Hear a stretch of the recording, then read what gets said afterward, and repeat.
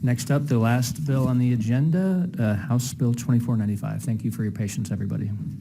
Mr. Chair and members, House Bill 2495 prohibits a public school from referring a student to or using any sexually explicit material in any manner except if the material is classical literature, early American literature, or a book required for a course to obtain college credit, and the public school requires written parental consent on a per material basis. The school must also provide students for whom parental consent is not secured with an alternative assignment that does not contain sexually explicit material. The bill defines sexually explicit material, and I'm happy to answer any questions. Members, any questions? Okay, thank you. The sponsor's here. Can you refresh the speaker list? I don't see it. Thank you, Mr. Chair, members, for hearing this bill. There's truly nothing more sacred than the innocence of a child. Since the 1960s, the state of Arizona has taken this responsibility incredibly seriously, even going so far as to enshrine protections in our obscenity code to protect children from sexually explicit material. The definition that you see in that bill is pulled from our criminal code that exists today, that's been in place since the 60s and hasn't been amended since the early 2000s, since 2001, actually. Unfortunately, when they designed the obscenity code, when they wrote that back in the 60s, I don't think they could have imagined some of the things that are actually occurring in schools today and in our K-12 classrooms. From cartoons featuring male and female organs, to books openly featuring explicit sexual acts depicted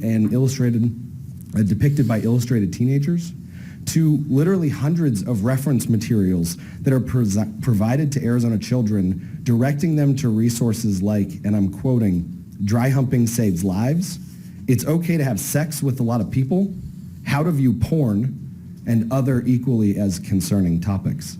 Now, these are shown in some cases to students as young as 9 years old. That's fourth grade. Try and imagine where you were in fourth grade. It certainly wasn't talking about topics like that. Here's a few more examples. Play with yourself. Masturbation is a great way to find out more about your body and what you find sexually stimulating. Don't stop there. Find out how your partner's body works and what makes them feel good and what gives them pleasure. Here's another example. Requiring students to perform in-class skits involving an intimate or sexual relationship. Requiring students to complete a survey on sexual desire that includes questions on erections, vaginal lubrication, and sexual fantasies. I was actually, in preparing for my House testimony, I was reviewing some of the materials that are referenced and put in front of Arizona children, and one set of materials that I attempted to review actually required 3 separate YouTube warnings in order for me to view it on my computer. So logged in to my Gmail account as an adult, it required 3 separate warnings. The first read, this video is age restricted and only available on YouTube. So that was because it was a third-party site that was redirecting me to YouTube.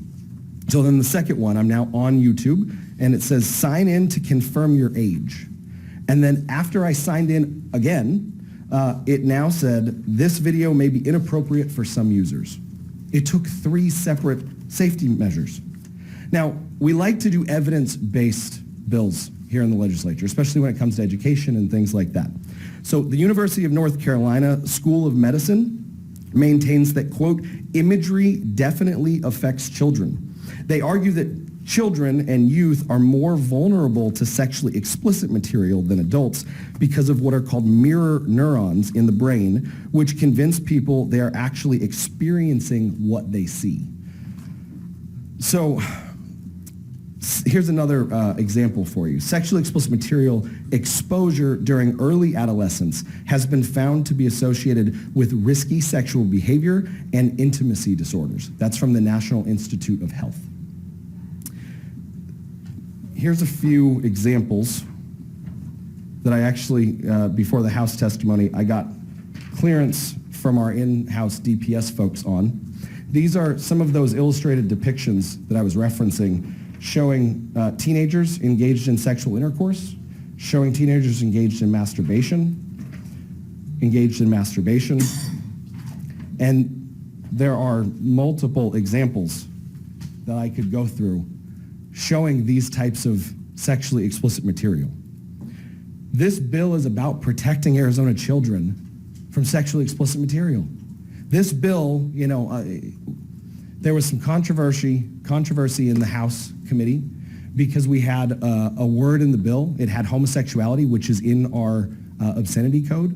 And Mr. Hernandez brought that up and said, is this necessary to accomplish protecting kids from sexually explicit material? And so we went back, we talked with our attorneys, and because sexual intercourse, which is in that definition that's in the bill in front of you, because it includes heterosexual, homosexual, it doesn't really matter, that word wasn't necessary. So we pulled that word out, okay? But then the narrative shifted, and people started talking about this is about banning books. This isn't about banning books. Look, keep in mind, every book that doesn't contain sexually explicit material, perfectly fine, right? And even we've gone to great lengths working with stakeholders in the Vail Unified School District down in southern Arizona to make sure that all of our AP coursework, all of our IB coursework, our dual and our concurrent enrollment coursework, and classical literature and early American literature, we've gone to great lengths to make sure that even those that might contain what could be considered on a gray area, they can still be taught. They just need to have parents informed, just like what that last bill was talking about, informed and aware of what's going on. At the bottom line, this bill is about protecting kids from sexually explicit material. We need them learning math, reading, writing, and other incredibly important educational materials that will help prepare them for a vibrant and prosperous future, not worrying about sexually explicit material. Thank you. Thank you. Members, any questions? I have one. Senator Gonzalez. Thank you, Mr. Chair, and Representative Huffman. I guess you just mentioned Vail School District and AP classes, and I'm wondering, is the Vail School District the only school district in Arizona, teaching AP classes? Because I'm just curious. Mr. Huffman. Mr. Chair, Senator Gonzalez, thank you for the question. No, and thankfully not. No, there are lots of great school districts across the state, and this bill, again, this bill doesn't prohibit them from teaching any of those incredibly important literary works. It just wants parents to be informed if they contain sexually explicit material, and it says, look, we're not going to focus our time and energy and our resources as taxpayers and as citizens worrying about sexually explicit material in schools. Okay, thank you. Senator Hattasli. Chair, thank you. Don't schools already have a process in place in which anything that has to do with sexual education or reproductive health or whatever the case may be, don't they already have a process for obtaining permission from parents? So, Rep. Hoffman. thank you, Mr. Chair. Senator, thank you for the question. We haven't had a chance to meet, so nice to meet you.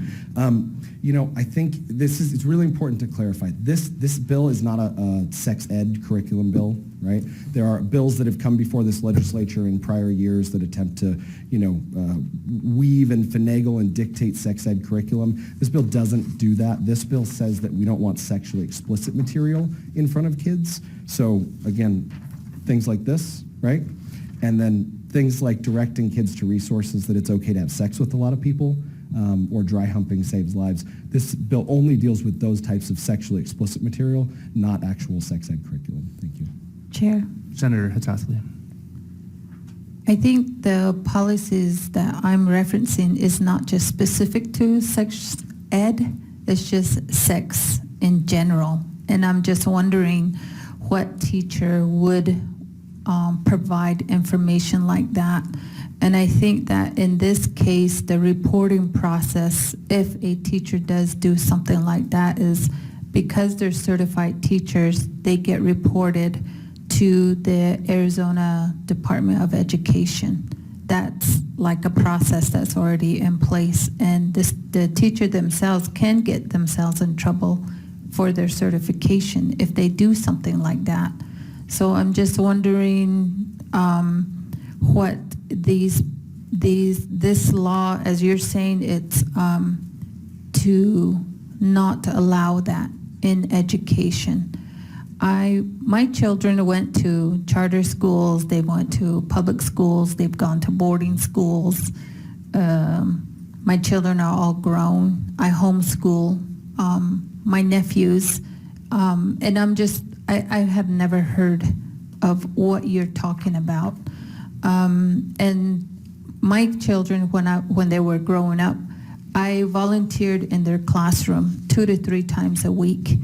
And my father always told me that don't ever find a reason to blame institutions or people because you have 3 fingers pointing right back at you. It's your responsibility to know what your child is reading and learning.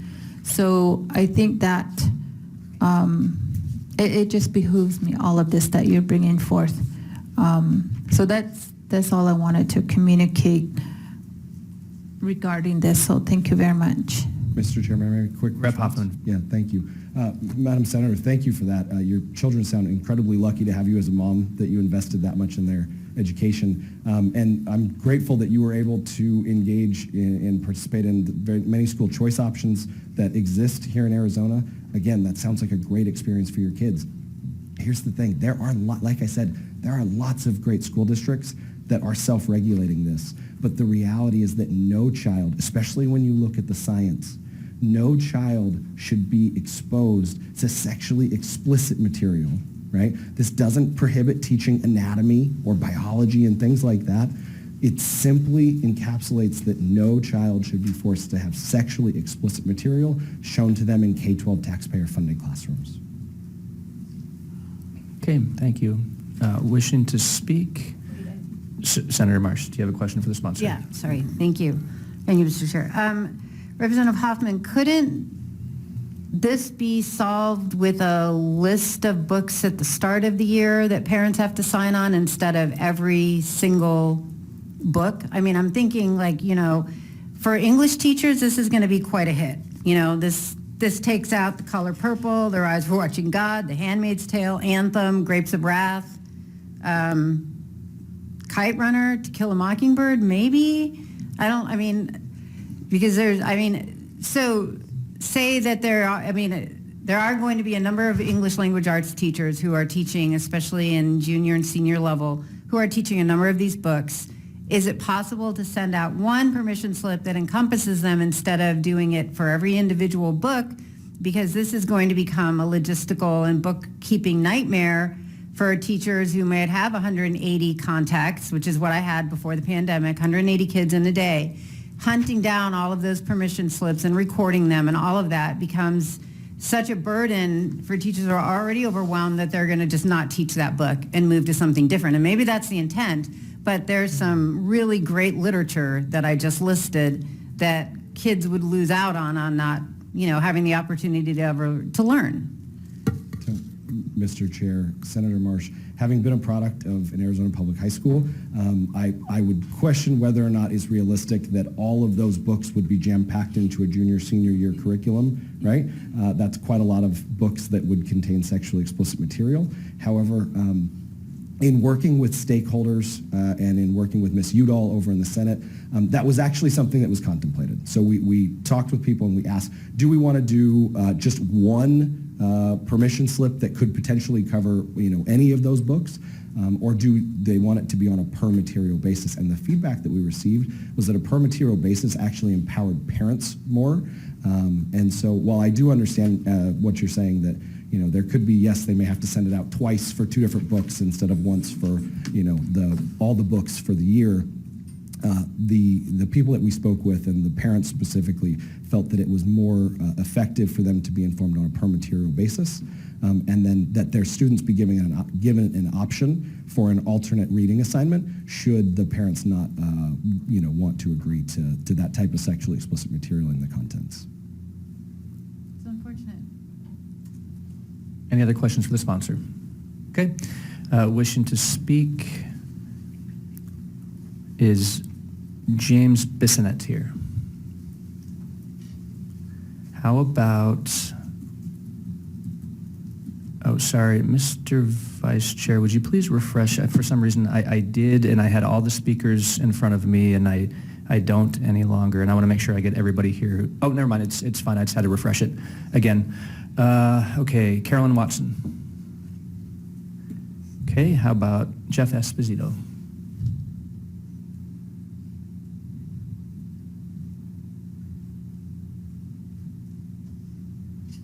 Mr. Chair, members of the committee, for the record, my name is Jeff Esposito. I'm here today on behalf of the ACLU of Arizona in opposition to this bill. I too am, before I get to my dry testimony, going to start with something that may shock you. I don't like Ayn Rand. I think she's a bad writer and I don't like her philosophy. But I don't think her books should be banned at worst, or at best require a permission slip for a high school student to read them. And that is what this bill will do. 40 years ago, the Supreme Court ruled that, quote, local school boards may not remove books from school library shelves simply because they dislike the ideas contained in those books. The First Amendment prohibits viewpoint-based restrictions on access, such as placing disfavored books in a separate location of the library or behind the librarian's desk. Even when a regulation does not silence speech altogether, the Supreme Court has given the most exacting scrutiny to regulations that suppress, disadvantage, or impose differential burdens based upon based upon speech because of its content. HB 2495 places restrictions on material that include sexual conduct, sexual excitement, or ultimate sex acts. It's a very broad standard, and it is anathema to free speech and blatantly unconstitutional. Our teachers and educators can provide age-appropriate lessons in science, arts, and history in English without the Arizona legislature acting as a censor, banning books that make politicians feel uncomfortable. Instead of helping students succeed, HB 2495 will harm Arizona students by ensuring important topics, materials, and subjects are never presented in Arizona classrooms. HB 2495 may also deny students the ability to obtain AP credits, as the College Board recently announced that any student which bans a, quote, required topic will lose its AP designation. HB 2495 is wrong for Arizona educators and students, and we urge this committee to vote no. Thank you. Members, any questions? I, too, am not a fan of Ayn Rand. And I almost didn't recognize you without your big old beard. I know. I told Mr. Pace that I couldn't steal his look anymore, so I had to shave it down. Mr. Pace, you're dying to say something. Yeah, Mr. Chair, I second his motion to keep his beard short, just to avoid too much beard. Very good. Okay. Thank you all very much. Thank you. Next up, wishing to speak, Lisa Fink. Chairman Boyer and members of the Senate Education Committee, my name is Lisa Fink, President of the Protect Arizona Children Coalition, and we ask you to support HB 2495. There are problems currently in Arizona schools with sexually explicit materials, and I'll just give you two examples. Beyond Magenta was found in almost all of the online library catalogs for high schools in Maricopa County. This book was written about transgender teens, featuring descriptions of children performing sex acts with adults. References adults having sex with children 6, 7, and 8 years of age. Sex with adults was referred to not as abuse, but as just a curiosity sex. Pedophiles masturbating to a young child. A first grader having oral sex with guys and loving it. This is describing felonious activities. In 2019, a parent found in the Kyrene School District in the school a book called It's Perfectly Normal. It is geared toward children 10 and above. It teaches children that anything is normal when it comes to sex. The book promotes masturbation and promiscuity. There are several pictures that are in It's Perfectly Normal, and I have them with me, depicting various sexual acts that children are being engaged in. It does not promote abstinence, which is required by state law. And by the way, the parent never did receive an answer as to who purchased it and why it was purchased. In the harmful to minor statute, which is ARS 133506, it is unlawful for any person with knowledge of the character of the item involved to recklessly furnish, present, provide, make available, give, lend, show, or distribute to minors any item that is harmful to minors. In fact, it is a Class 4 felony. In ARS 13-3501, the definition harmful to minors means that quality of any description or representation in whatever form of nudity, sexual activity, sexual contact, and sexual excitement. These books violate those provisions and also promote sexual activity. So, who allows this material in Arizona schools? And I believe HB 2495 is necessary to be able to ensure that these materials are out. In fact, the CDC has shown a study that children who have sexual contact prematurely have negative outcomes in almost every area one could look at such as poor mental health, poor academic outcomes, more likely to become a victim of violence, etc. That's because their brains are not fully developed and they're not ready for all the psychological implications of sex. And also, as Representative Hoffman stated, when they visually see that there's that neurological detriment that happens there. We do not want sexually explicit material which will lead Arizona's children down destructive paths. This is why sexually explicit material should be prohibited in schools. The Protect Arizona Children Coalition asks you to vote yes on HB 2495. Great, thanks. Members, any questions? Okay. Carolyn Watson, did I already call her? Okay. How about Karen Bird? No? How about Sandra Mooney? Okay, that's all we have. I just refreshed. I don't see anybody else. Would you like closing comments? Please. I know you've had a long day, so I'll keep this quickly. It was mentioned by the gentleman from the ACLU members that it could put AP coursework in jeopardy. We explicitly put in the bill, in the amendment actually, that we worked with stakeholders on, we explicitly put in a carve-out so that any AP coursework or reading materials, et cetera, that are required for college credit are under the parental permission and exempted from the prohibition. So it would not put AP coursework in jeopardy. And then it was also mentioned that age appropriate is that our educators can create materials and provide materials that are age appropriate. Those sexually explicit images that I showed you earlier of teenagers having sex and masturbating are for 9 and 10-year-olds. So if you think that's age appropriate, then maybe this bill doesn't need to be run, but I think that it does, and I would ask for your support. Thank you. Great, thank you. That was closing comments. Mr. Vice Chair, will you please move the bill? Thank you, Mr. Chairman. I move House Bill 2495. with a due pass recommendation. There are no amendments. Is there any further discussion? Seeing none, will the Secretary please call the roll? Senator Bartow. Aye. Senator Gonzalez. I vote no. Senator Gray. Aye. Senator Totley. May I explain my vote? Please proceed. Thank you.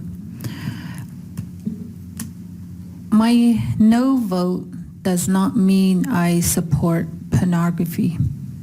No means we have rules in place to take care of bad teachers who provide pornography to students. And I don't think it is happening at all schools.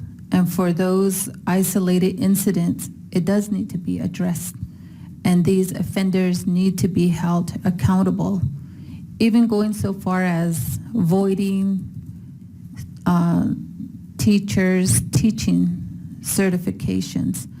And here in Arizona, we do have laws that prohibit pornography as it pertains to minors. So with that, I vote no. Senator Marsh.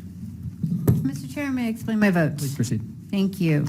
I agree with every example that Senator Hoffman gave on like those things being inappropriate and should not be in schools. But this bill goes too far beyond that and brings up too many unintended consequences, or maybe they're intended, I'm not sure.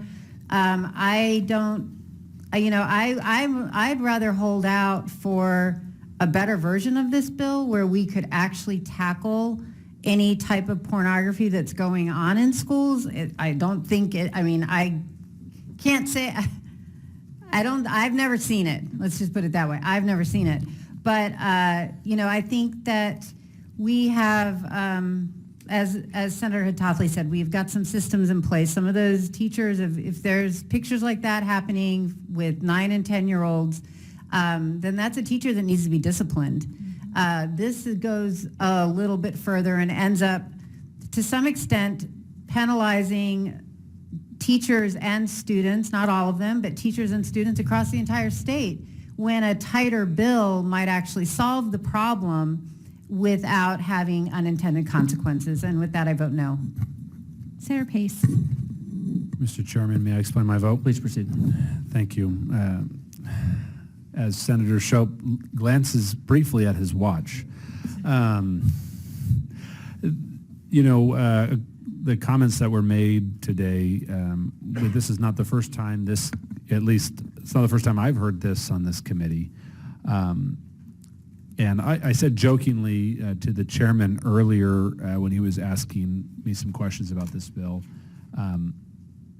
I went out and purchased all the books when this bill came up. A version of this kind of stuff came up, and they said, these are the books that are available at these schools. And so I went and purchased them to see what's actually in them. But something kind of unique happened. My wife opened the Amazon packages. Yeah, that's an awkward conversation. Yeah, let me tell you, I hope none of you have to have that conversation with your spouse.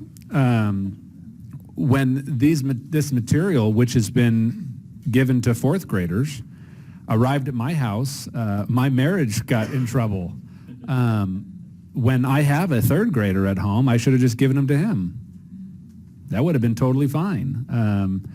The comments that we hear that I've never seen these or that this is an isolated event, it's not as isolated as we like to hope. It's also, it's not teachers, it's the school district, it's the administrators who are requiring these. It goes much more beyond a single teacher who says, hey, you want to read this? Yes, of course, if a single teacher pulled out a piece of explicit material and showed it to a minor, we have a process for that. But when an administrator says you're going to use this as instruction material for all of your minors, that's a completely different story. The last thing I'll say is of course, no bill that comes through these chambers is without improvement. I'll be the first one to say that. But we can't sit here as a committee and say, man, I wish I saw something better. Each one of us has an opportunity to change every single bill and to sit down with sponsors and stakeholders and address the issues. The sponsor of this bill already said that a member in his chamber came to him and said, there's some issues I see with this bill.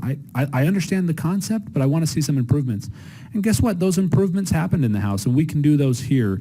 So those who vote no because this goes too far or not enough, take the time, meet with the sponsors, say, these are the things I'd like to see, and perhaps we can get even better legislation. And with that, I vote aye. Senator Shope. Aye. Senator Boyer. Aye. 5 ayes, 3 nays, 0 not voting. Members, by your vote of 5 ayes, 3 nays, you have given House Bill 2495 a due pass recommendation. Having no further business on the agenda, Senate Education is adjourned.